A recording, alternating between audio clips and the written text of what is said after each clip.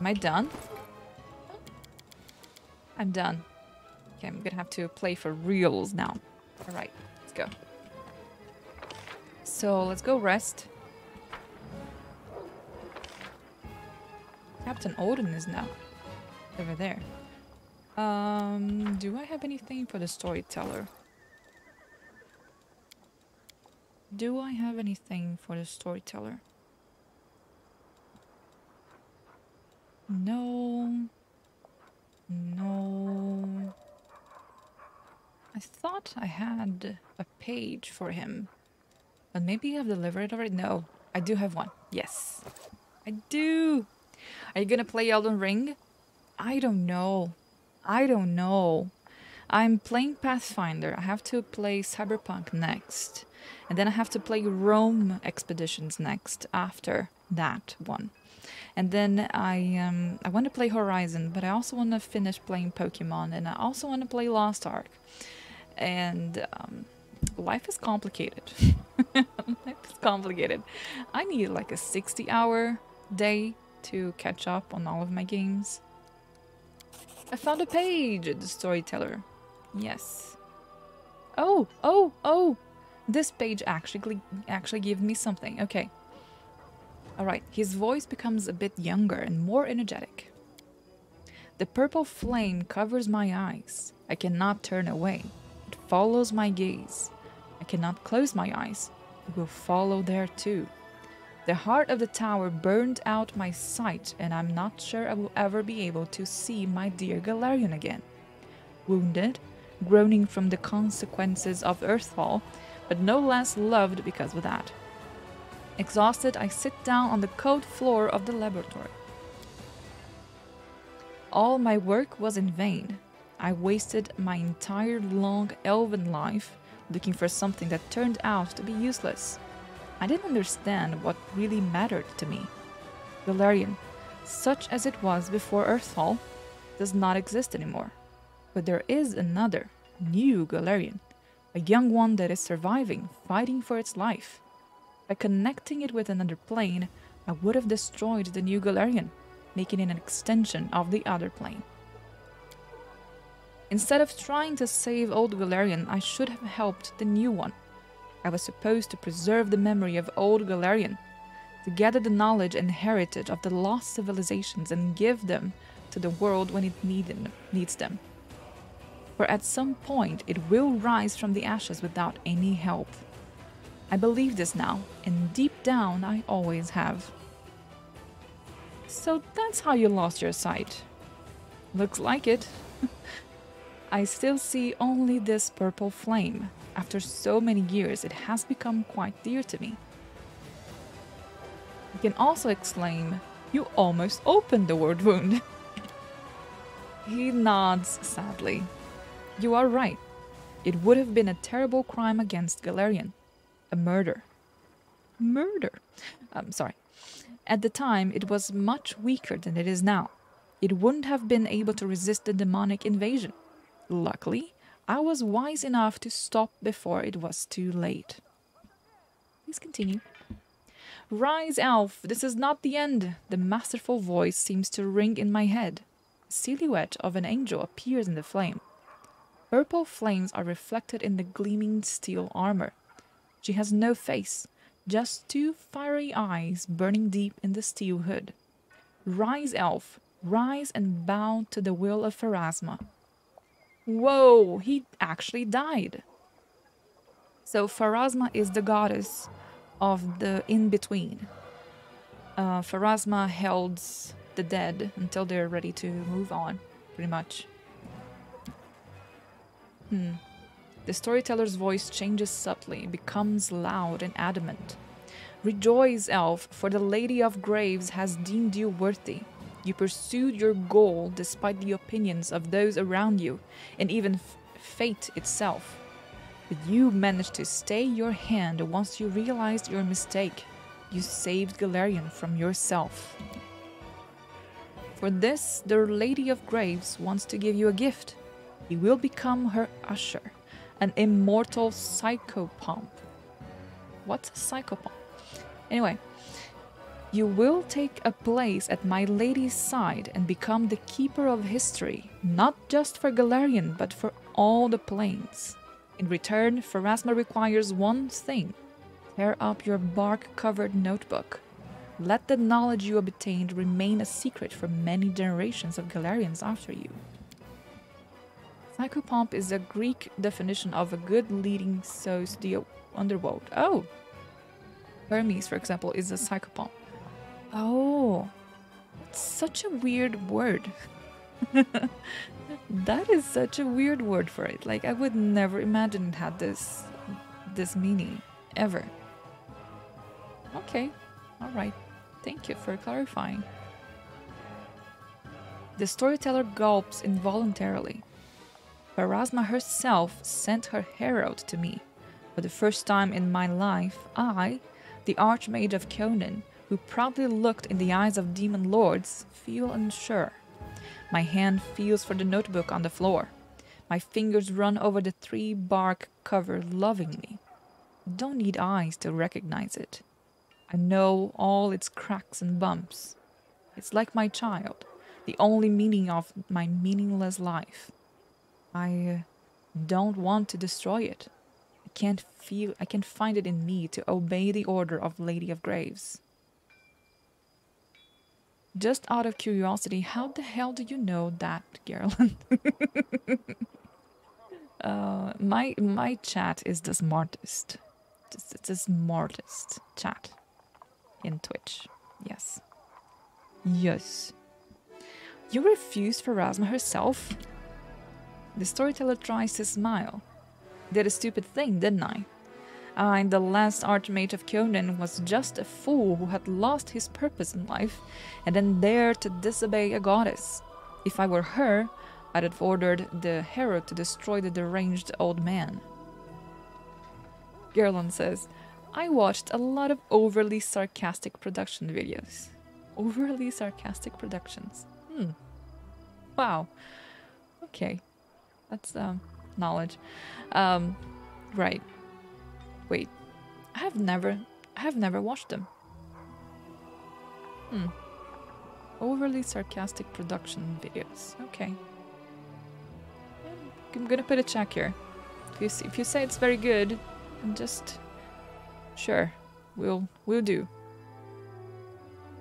Tell me about the herald Pharasma sent to you. The steward of the Skine. Skine? Skine. Shine? Steward the Shine? Skine. I don't know. Warrior and herald of Pharasma's will. The Lady of Graves sent her to restore the balance of the fates and also to pronounce a great prophecy. Her interference in the fates of the world is almost imperceptible. Only a few remember meeting her. So that steward is the purple light. That explains why he doesn't explain it. He doesn't, remember it. Yeah. Yeah, alright. Don't eternal life and serving Pharasma merit the destruction of such dangerous knowledge? The storyteller remains quiet for a long while, gathering his thoughts. My mind wants to say yes. I should have destroyed my dangerous notes that could have ruined Galarian, but my heart says the opposite. For this knowledge is also part of old Galarian's heritage. I, a child of that lost world, created it in my reckless pride. If I want to preserve all Galarian's heritage, do I have the right to choose which part of this heritage should be wiped out of history? I am ready to undergo any punishment for my refusal, but the steward of the Skine only looks at me quietly, as if pondering something. The knowledge in your hands must not see the light. This is beyond question. But my lady is merciful and has agreed to make concessions. You will tear the pages out of your notebook, and along with it, out of your memory. You will scatter the pages throughout the world, and your memory will be purged. You will be immortal, but pure, like a newborn babe. Use your new life to keep the memory of the fallen and seek the truth about your own past. As soon as you remember this moment, You will lose your immortality and will have to answer my question again. Will you choose to become a servant of Our Lady, or will you prefer to live out the short time you have left? Oh wow, is this it? Was this the last page? Oh my god! So we have just reached this moment. So right now the storyteller has just lost his immortality. And he's gonna have to choose between being immortal, servant of the Lady of Graves, or to die it out. I find no strength to answer and only nod. The steward raises her hand and we both find ourselves in a whirlwind. I see nothing but the purple flame and the glowing image of the herald, but the rest of my senses tell me that we are rushing through many places. I hear seagulls crying and smell the salty ocean air, followed by the rumble of a raging volcano. The bracing wind of the plains changes to the dry heat of a desert, and then the blistering cold of a snowy mountaintop. There is one more page. Oh, interesting. But that's good to know. If there is one more page, that means that I'm one step closer to finishing this storyline. Okay. In each of these places, I tear out a page and give it to the wind. It grabs the new toy from my hands and takes it far away to hide from me for many years. With every torn page, I start to forget. What did I do in the Ivory Labyrinth? Why did I live in Elushanera? And indeed, did I ever live there? The name Kinney seems vaguely familiar, but I don't remember why it should mean something to me. Maybe it was my own name? Exhausted, I fall down on the withered grass. I remember this is how the woods of my home Kyonin used to smell. My mind drowns in the darkness. I don't see the steward any longer, but I still hear her voice. Look for your past, elf, and gather the stories of Galarian, for this is your calling. I name you the storyteller. When you remember this moment, destroy the dangerous knowledge that has once again fallen into your hands, and Pharasma will see you in her halls. And you, Aygan, help him with this. What? Help him make the right decision. What? Oh, wow. Oh, wow. Oh no, I'm gonna have to make this choice. Wait, but if he dies, he's not gonna be in the third Pathfinder. Oh no. Oh no. Oh no, what did I do? I was just passing by. I'm like, okay, here's another page, let's go. And then now I have to decide his fate? Like, what is this? Gosh, I wasn't preparing for this today. Okay. The old man drops on his knees. His hands clasp the bark-covered notebook to his chest. His voice trembles. What should I do, Aygan? I've gathered the stories of Galarian for so long looking for my past. Now I've found it. Should I accept Pharasma's proposal to be reborn? Or refuse and die? If you turn him into a psychopath, he will be almost like a demigod and therefore immortal to be in all future games. That's what I was thinking. That's what I was thinking, but don't think that's what he wants. I mean, if you look at how immortality hurt him, he lost his companion, his lover, and that killed him, you know, inside, turned him into something that wasn't, I don't know, empathic anymore. So it would be very egoistical of me to be like, oh no, you're just gonna go immortal now and, you know, get to continue living your life, losing everyone you love around you. It's I don't know. Let's keep going. Do we have to decide right now? I'm afraid so. What? I feel Pharasma's heavy, silent gaze. She's studying me, evaluating my decisions. She's waiting for my reply. Forgive me for burdening you with this and asking for your advice. Okay, I will forgive you eventually. Not now, but I will, one day. What do you want? Oh, if only I could answer this question. It would be safe to assume several thousand years would be enough to make a single decision, but obviously, the last Archmage of Kyonen is also the most indecisive creature on all the planes of the world. So then, you got your name, Storyteller, from Pharasma? I suppose so. As for my real name, I remembered it. The name of the last Archmage of Kyonen, an old, unwanted, unassuming name. It doesn't suit me anymore. I am the Storyteller, and I would like to remain so until the end of my days. What? What is this, Batman shit? Just tell me your name.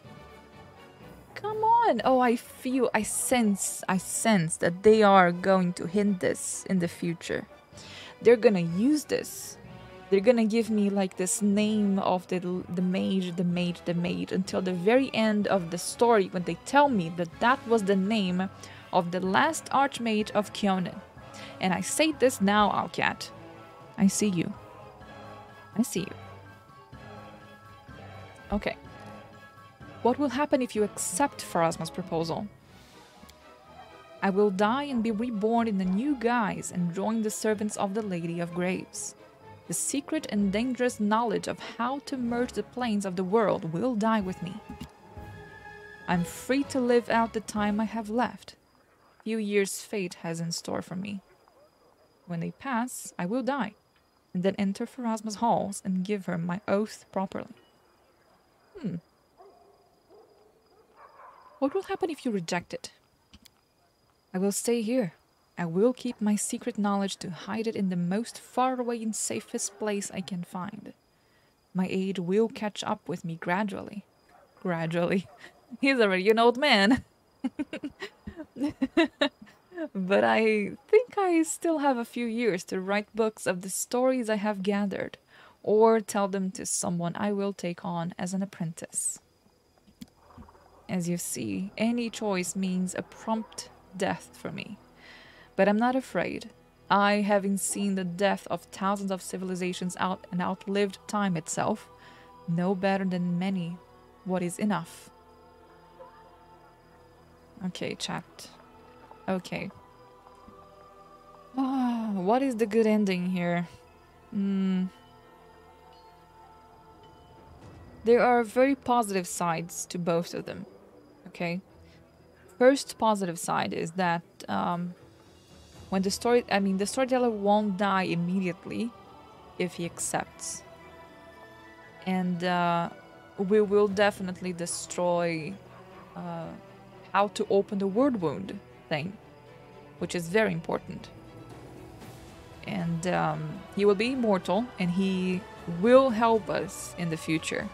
Very likely, very, very likely. Let's say if I would die, for example.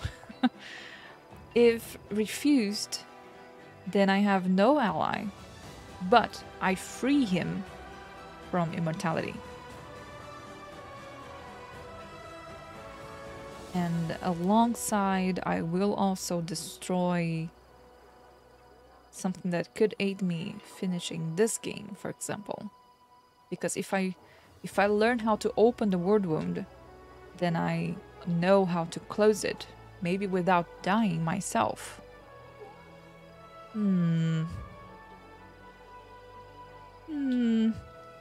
Oh my god. Okay. 6 is even. 7 is odd. Let's roll a dice.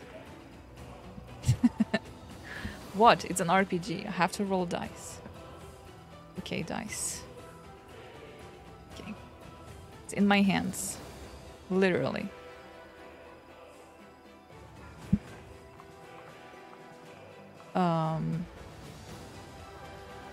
Okay. Fate has decided it. Not me. We're gonna accept Pharasma's proposal. Yeah, it was a 4. Oof, okay. Not even then, I'm sure. Look at this. Look at this. Not even then, I'm sure myself. Alright, let's go. Okay, you must destroy the dangerous knowledge. You are right. After so many years, I should have realized how dangerous knowledge can be. The pages in the storyteller's hands crumble to ash. The elf raises his hands to his face as if trying to see the knowledge turned to dust, but then he chuckles and shakes the ashes off. Well, that's it. Now everything is over. I know my story, the one I yearned to know all these years, that I had once hidden from myself. And all this because of you. Thank you. You have given me the greatest possible gift, myself. No reward can measure up to your merits, but still, please accept from me a grain of knowledge that you've helped me to discover. Okay, tell me about it. The purple flame covers my eyes. I cannot tell... Okay, that's the same, isn't it? No.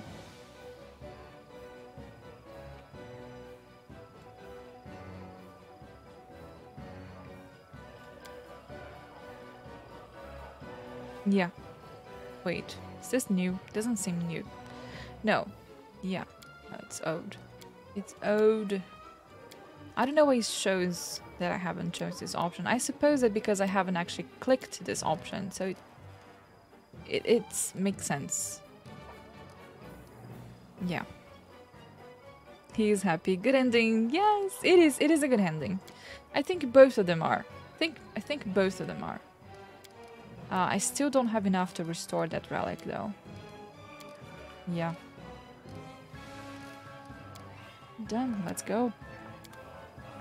We did it. Let's shake a leg. We did it. Quick, quick! Else we miss all the fun. I feel like I'm very slow, but okay. I do have permanent master strike. I didn't get any buffs or anything. He told me he wanted to share something with me, but he didn't really. I feel like if we had, you know, sacrificed him, we would have gotten... Yeah, we would have gotten the book. That might help us in the future. But anyway, I would rather him to, you know, stay with us. And I completed one of the quests. So, I've been playing this game for over 200 hours now. This is how many quests I've done. Everyone possible. I believe so. Quite believe so. I haven't skipped a single one, even the optional ones. And now I have this one, which we're gonna do today. And then we're gonna go on for this one. And then, finally, the final one. Okay, let's go to a bunch of talking.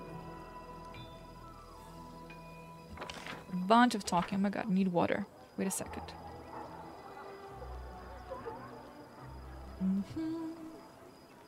I'm gonna save. And then I'm gonna enter. Because we have leveled up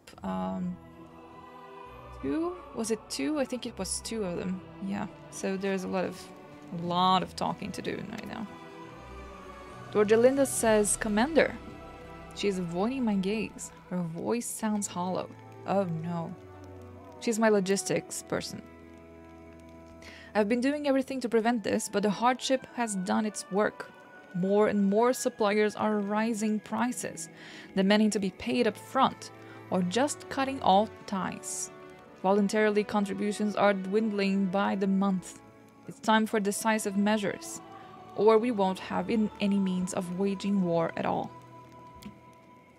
There's only one option left: compulsory requisitions. My suggestion is to collect all that we need from the common folk of Mendev.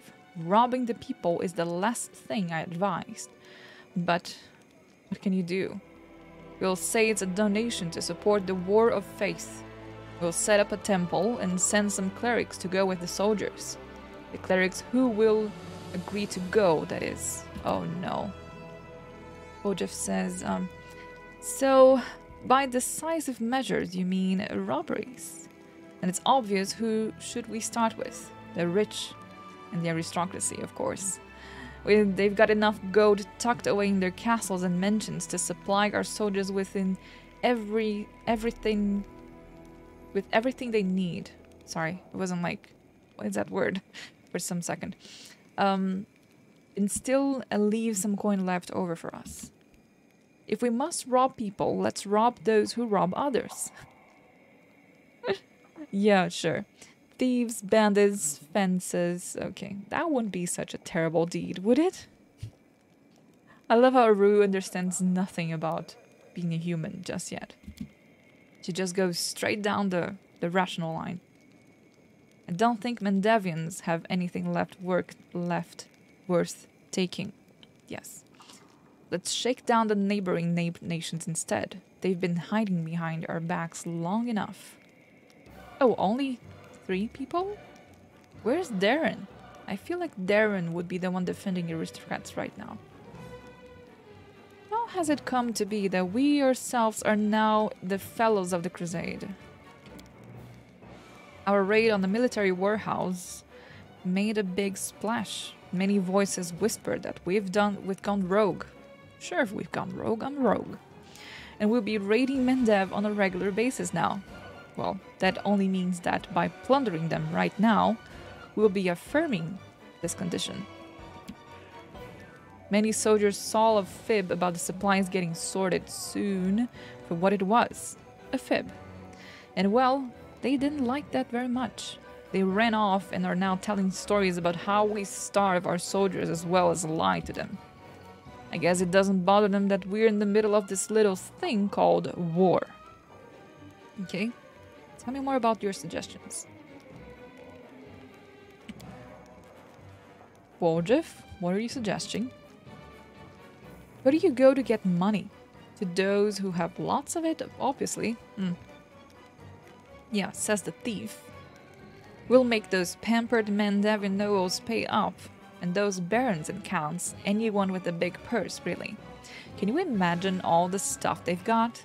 Our soldiers will be walking around in silk cloaks and eating off silver. Gosh. Aru? If we have to rob someone, it should be robbers and brigands. Unfortunately, we've come to know many of them well in the time we've spent overseeing the Crusade's logistics. I mean, it's not that I believe in garbage like honor among thieves or whatever, but let's not. Commander, you gotta know what's good for us. You won't step on the toes, claws, and tentacles of some idiot thugs from the back alleys. That would just upset their higher-ups. Serious criminals and guilds who have with connections on all continents. Do we really want an enemy like that? Trust me. Baphomet will seem like a pretty nice guy compared to, say, the Tetrad Consortium or the Council of Thieves. Okay. Alright. Wendu, what do you think? Here's what I've been thinking for a while. We've got an army here. And what do we do with it? All we ever do is fight demons. But there's so many different nations around. We'll run some raids on our neighbors. That seems like an awful option, Wendu. Carve ourselves a piece of their fat. Let's let everyone know that we're a force to be reckoned with. And if they plan on cowering behind our backs, they can pay up themselves instead of waiting for us to come knocking. And what if they come knocking to give us a tit-for-tat later? You ready to fight both the demons and our angry neighbors at the same time? Boy, we're in for a world of hurt. I do agree with Wojef. That's a terrible idea. That I might take it. Dordelinda, what is your plan? The people of Mendev are used to paying for the crusade. They will do it again. Some church will surely support us and let us act on their behalf if we give them a modest donation out of what we collect. This whole thing is a disgrace, of course.